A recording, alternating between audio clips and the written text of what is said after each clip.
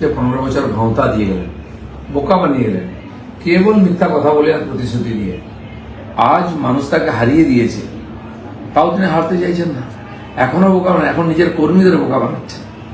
হেরে গিয়েও সিট ছাড়বেন না, গায়ের জোরে ক্ষমতা দখল করে রাখবেন, সেই চেষ্টা করছেন। তিনি দিনের বেলা জিততে পারবেন না, উনি বলছেন রাত্রেবেলা আমরা জিতবো। কেন সবকিছু রাত্রেবেলা করতে হবে? সারাদিন গেল, সূর্য অস্ত গেলে নাকি জিতবেন না। পার্টির সূর্য অস্ত চলে গেছে, আপনি জিতবেন কি করে? 2-3 দিন ধরে ঝগড়াঝাঁটি করে কর্মীদের মনোবল বাড়াবার চেষ্টা করেছেন। তারা বুক দুরুদুর অবস্থায় কাউন্টিং এজেন্ট হয়ে গেছে, কিন্তু এখন গিয়ে যা ভয়ঙ্কর অবস্থা দেখছে, চারদিকে অন্ধকার, পালিয়ে আসতে চাইছে। ক্যান্ডিডেটরা পালিয়ে আসছেন, তাও তিনি জোর করে বলছেন থাকো তোমাদেরকে। কি চাইছেন আপনি? ডোনাল্ড ট্রাম্পও এত নিচে নামেননি, আপনি যা নামছেন। মানুষ হারিয়ে ভূত করে দিচ্ছে আপনাকে, তাও জোর করে ক্ষমতা দখল করার জন্য এই সমস্ত চালাকি করে যাচ্ছেন। বন্ধ করুন এসব।